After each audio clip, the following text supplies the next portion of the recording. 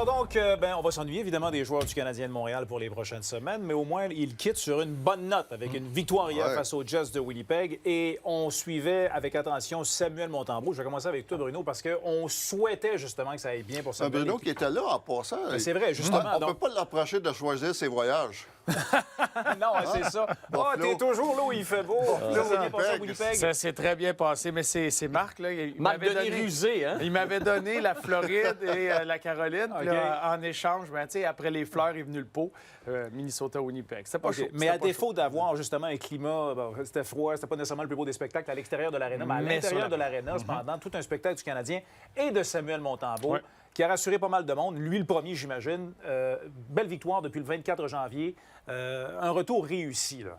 Bien oui, puis c'est un retour réussi parce que je dirais que c'est un deuxième retour réussi pour lui parce que quand il est revenu de Laval, il y a eu une belle séquence, je pense que c'était 4 victoires, puis il y a eu seulement une défaite en surtemps. Après ça, 2 défaites de suite, 2 départs de suite, 2 défaites de suite. Puis là tu étais embarqué sur la vague de Daubèche pendant un certain moment. Et là, c'est sa chance, juste avant le congé olympique. Puis tu le sais, comme athlète, oui, c'est juste un match, mais c'est ton dernier match, puis il va te rester dans la tête pendant longtemps. Fait que tu veux juste avoir une bonne performance, puis c'est ce qu'il a fait, d'être capable d'être à la hauteur de tes capacités. Puis il a été super bon. Et c'est une victoire de 5-1, c'est une victoire convaincante. Mais il y a eu des moments clés, des arrêts clés à des moments qui auraient pu complètement changer l'allure du match, que ça m'a fait. Et là, pour l'athlète, là, tu te permets, là, tu t'en vas dans le congé des Jeux olympiques, tu vas pouvoir mettre tout ça derrière toi, puis là, tu vas pouvoir peser sur le bouton reset. Puis moi, j'ai l'impression que quand il va revenir, ça va être comme le match numéro 1 d'une nouvelle saison. Tu recommences à zéro, parce que là, tu as vécu toutes sortes de choses avant, tu as même un changement d'entraîneur à travers tout ça, tu as passé à Laval, là, tu reviens, tu as 25 matchs, tu sais que tu es là, ton dernier match, il est bon, tu peux bâtir là-dessus.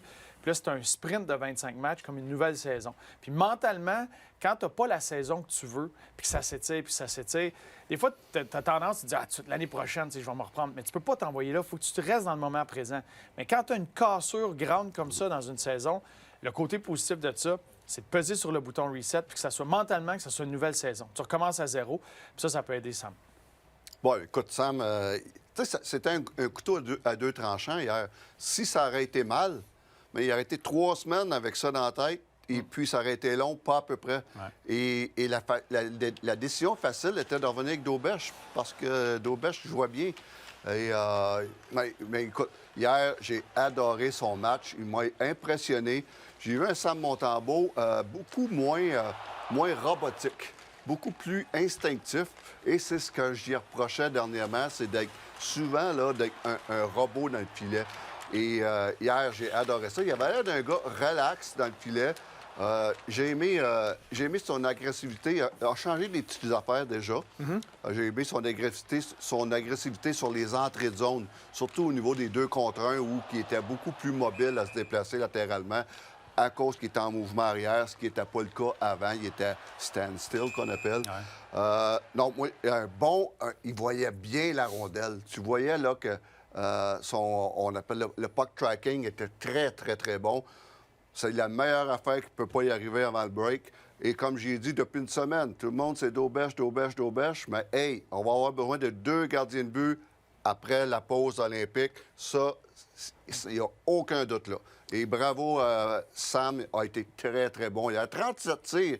Et en première période, tu parles d'arrêter. En première période, là, ça aurait pu être un match totalement différent. Le Canadien a pris une demi-période avant de retrouver ses jambes. Et pendant ce temps-là, tu demandes que ton gardien te garde dans le net, dans le match, et c'est ce que ça m'a fait. Parce que le résultat, c'est un super match du Canadien, une victoire convaincante de 5-1. Mais il y a eu un moment où, surtout au début du match, tu avais l'impression qu'il n'y avait pas de jambes, que les gars, là, ça allait être difficile. Ça ressemblait à une tempête des Jets. Puis c'est là que tu as besoin de ton gardien. Tu demandes à ton gardien, donne-nous une chance de gagner le match. Bien, il y a des périodes comme ça qu'il faut que tu sois capable de prendre la chaleur, on va dire, ou cette tempête-là des Jets. Tu fais les arrêts clés. Puis là, tranquillement, c'est encore le trio de Dano, Anderson, Gallagher qui est venu juste allumer un feu, qui est venu amener, qui a traîné, on va dire ça, là, traîner les joueurs dans la bataille. Hey, là, les gars, plantez-vous, mettez vos bottes, ça sera pas facile, soyez dans le moment présent. Tu as besoin d'un trio qui va être capable de faire ça, puis ça a été encore le trio des vétérans. Et moi, les Jets, là, ils ont donné un coup en première période. Ils ont donné un bon coup, puis j'ai eu l'impression qu'après ça, ils ont abandonné vite. ils ne m'ont pas impressionné. Ils n'ont pas d'âme, cette équipe-là, Exact. J'ai été déçu par cette équipe-là après parce qu'ils jouaient super bien en première période. Et Sam Montembeault fait des gros arrêts et c'est comme « Oh, maudit ». Un autre match à soir, j'ai senti un club abandonné. Et ça, c'est pas bon signe. OK, j'avais bien des dates tantôt. Premier départ depuis le 24 janvier. C'était sa première victoire depuis le 17 janvier parce qu'il avait perdu ses 2 départs précédents. Stéphane, tu l'as effleuré tantôt. On lance un débat numéro 1, numéro 2, Dobèche, Montembeault, mais ça se peut-tu que le Canadien ait juste 2 gardiens qui vont se rendre jusqu'à la fin de la saison? Tu sais, moi, depuis une semaine, on parle Dobèche, c'est notre gardien de but numéro 1 à cette heure, il n'y a aucun doute. On s'en va avec lui jusqu'à la fin de l'année. Wow! Il est numéro 1 en ce moment, mais ça change vite. Une game, ça change. Et puis, pourquoi, tu sais, moi, là, pourquoi on est obligé d'essayer de chercher un numéro 1 à tout prix? Pourquoi pas y aller avec 2 gardiens de but? Comme le font le Colorado avec Blackwood et Wedgwood. On ne sait pas c'est qui numéro 1 entre les deux. Comme le font Luukkonen et Lyons à Buffalo. On ne sait pas c'est qui numéro 1 entre les deux. Comme le font Gustafsson et Wallstead à Minnesota. On ne sait pas c'est qui est le numéro 1. Pourquoi pas que ça pourrait pas être comme ça à Montréal? Pourquoi faut absolument trouver un numéro 1? Non. On n'a pas de Vasilevski, on n'a pas d'Ottinger, on n'a pas d'Hellebuck, on n'a pas de Sorokin, Shesterkin, on n'a pas ça. Pourquoi pas avoir 2 gardiens de but qui font la job, le numéro 1? Oui. Alors, le Canadien va avoir besoin de ces 2 gardiens parce qu'il va rester 25 matchs d'ici la fin de la saison. On passe maintenant à la deuxième période après ceci.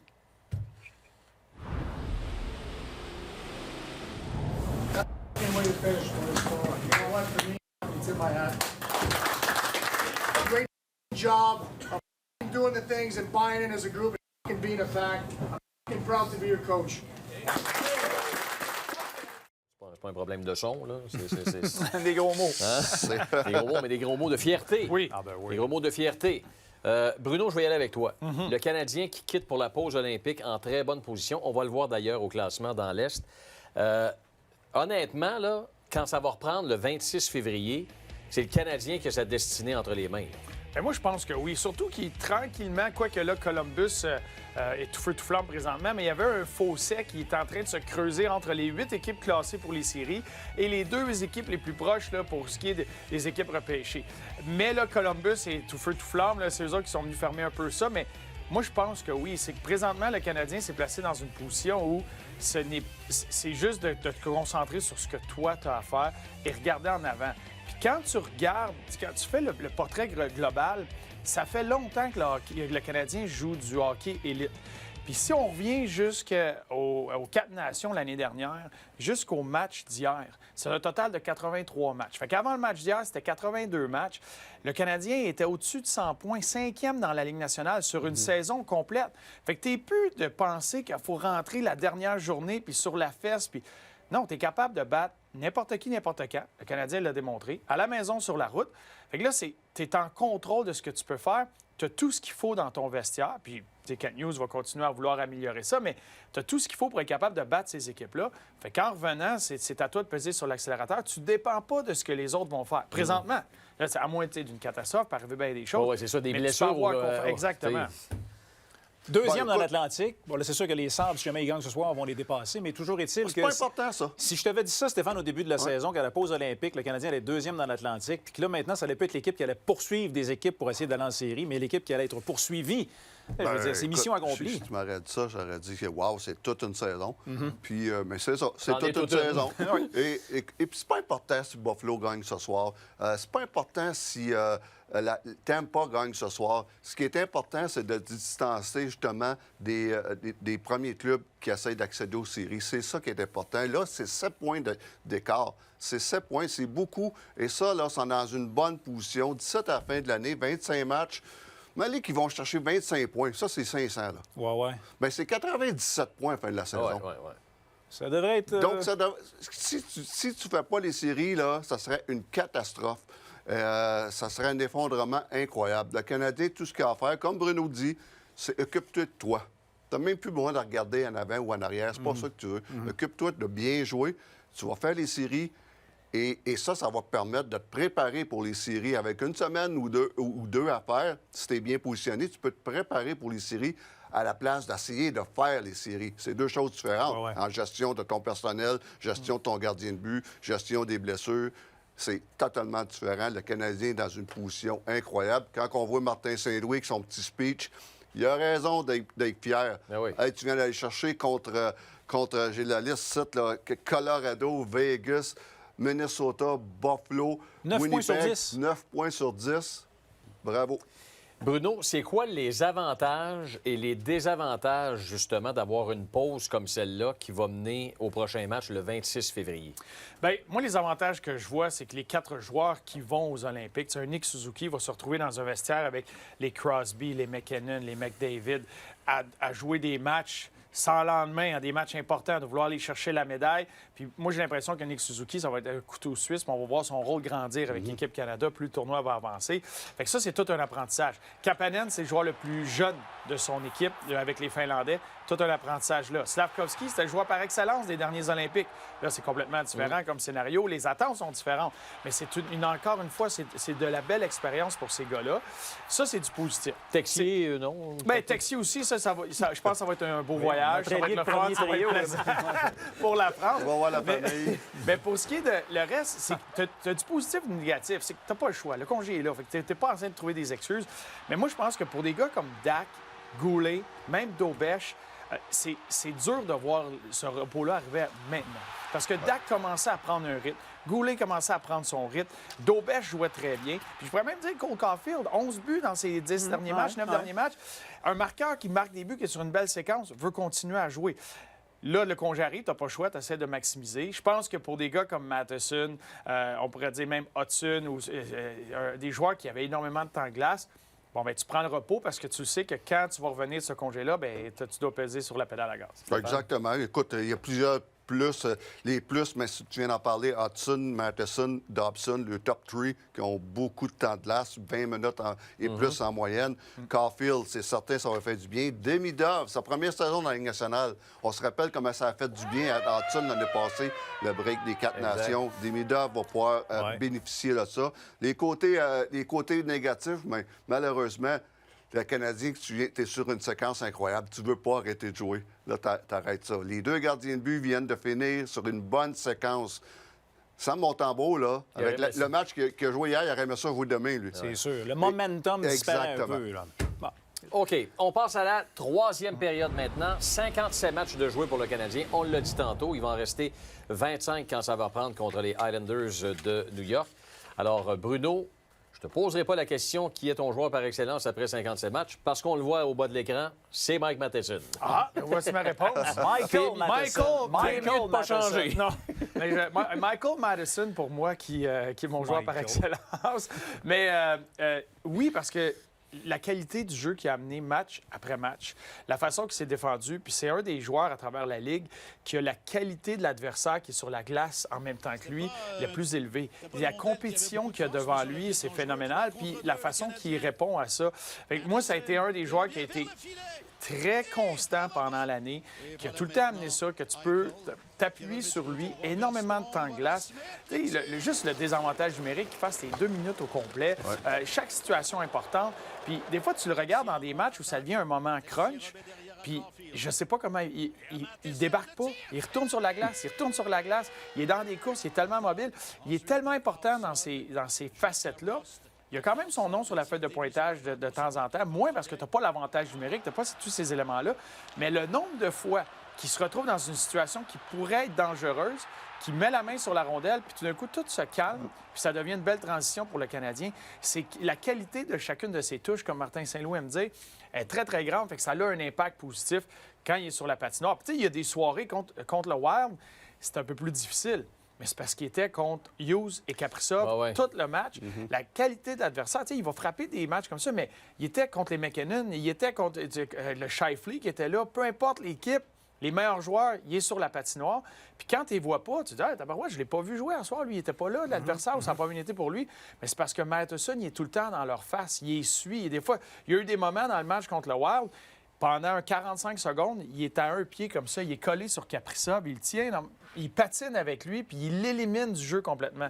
Fait que c'est toutes des affaires que tu vois pas sur une feuille de pointage. Fait que pour ça, Michael Madison. OK, Michael. Joueur. On s'entend tous pour dire qu'il y a une saison absolument exceptionnelle. Toi, cependant, Steph, tu choisis d'y aller avec le capitaine Nick Suzuki. Moi, je suis allé avec Nick Suzuki pour plusieurs raisons, moi aussi. Matheson, c'était mon deuxième choix quand on s'est parlé. Nicolas Suzuki. Nicolas Suzuki. Pas sûr de oui, ça. exactement. Je suis pas sûr de ça, moi aussi. Ça fait bizarre, mais C'est mieux, Nick. on va dire que Nicolas, lui, écoute, pour plusieurs raisons. Premièrement, c'est le meilleur marqueur du Canadien. On parle beaucoup de Caulfield et ses 32 buts. Oui, c'est impressionnant, c'est spectaculaire. Mais le joueur, le meilleur attaquant overall, c'est Nick Suzuki. Il prend des face-offs importants. Lui aussi peut jouer, tu peux tuer des punitions. Il joue sur chaque avantage numérique. Le gars, il joue, c'est l'attaquant le plus utilisé du Canadien avec une moyenne de quasiment 21 minutes par match. Pour un attaquant, c'est beaucoup. Et le gars, c'est le cerveau de ce premier trio-là. Ouais. C'est le passeur, c'est lui qui organise tout. C'est lui qui s'il a 32 buts Caulfield, mais remercie Nick Suzuki, pèse une bonne bouteille de vin pendant le break, parce que c'est Nick Suzuki qui est le cerveau de cette équipe-là. Et moi, ce qui m'impressionne le plus, c'est qu'encore une fois, pour, je pense, la 3e ou 4e saison en ligne, il continue sa progression au niveau des points et surtout sa constance à chaque match. Moi, il m'impressionne. Pas manquer un match depuis le début de la carrière. Moi, c'est Nick Suzuki. C'est complètement fou, ça. Mais pendant que tu parlais, Steph, on a vu un tableau. Ouais. Puis ça, moi, je trouve ça impressionnant parce que ça incluait le match d'hier. Fait qu'il était à 83 matchs. Si on enlève le match d'hier, il n'a pas fait de points hier contre Winnipeg. Des 4 nations à aller jusqu'avant le match d'hier, c'est 82 matchs de jouer. 102 points. Ouais. À ce moment-là, Draisaitl a eu toute une soirée hier, mais à ce moment-là, quand on a fait le calcul, il était 6e dans la Ligue nationale. Tu es dans l'élite de l'élite. C'est une saison complète. C'est un échantillon d'une saison complète de 82 matchs et c'est au-dessus de 100 points. Dans la même séquence, il est plus 41, ça le met 5e dans toute la Ligue nationale. Quand tu le sais que Martin Saint-Louis l'utilisait contre les meilleurs joueurs adverses, très souvent. Là, tu vois qu'il y a plus de munitions. Martin, on a vu au dernier match, il a envoyé Evans dans certaines missions, il peut envoyer Dano, il est capable de jouer avec ça. Mais ça démontre que Nick Suzuki est dans l'élite de la Ligue nationale, puis la qualité de son travail sur une longue période. Là. On n'est pas dans un 20 matchs là, qui est tout feu de feu. C'est 82 matchs, 102 points pour un Nick Suzuki. Et à partir des 4 nations, tu dis que ça fait 82 matchs, là. Ouais. C'est là qu'on a su qu'il avait dit à Kent Hughes, échange personne, garde le groupe intact. Ouais. On s'est dit, bon, ben c'est à partir de ce moment-là qu'il a pris en charge véritablement cette équipe-là. Oui, c'est une des premières fois que j'ai vu un vrai capitaine. Parce que, tu sais, moi, j'ai connu Nick ses premières saisons dans la Ligue. C'était un gars tellement effacé, tellement tranquille. Ouais. Et c'était normal parce que les leaders, c'était des Carey Price, Weber, etc. Écoute, on avait du leadership dans ce groupe-là. Et après, quand ces gars-là ont parti, il a pris le leadership. Et puis, écoute, pour moi, c'est le meilleur attaquant. Caulfield est le plus spectaculaire, le gars qui marque des buts. Même le meilleur attaquant, c'est Suzuki. Le meilleur défenseur, pour moi, je suis d'accord, c'est Matheson. Mais le plus spectaculaire, c'est Hudson. Le ramasseur de points, c'est Hudson. Mais le plus meilleur défenseur... Et le meilleur gardien? Matheson. Et le meilleur gardien, Stéphane? Les deux. Ah! C'est bon. OK, merci beaucoup, messieurs. Salut. Bye-bye. On va vous présenter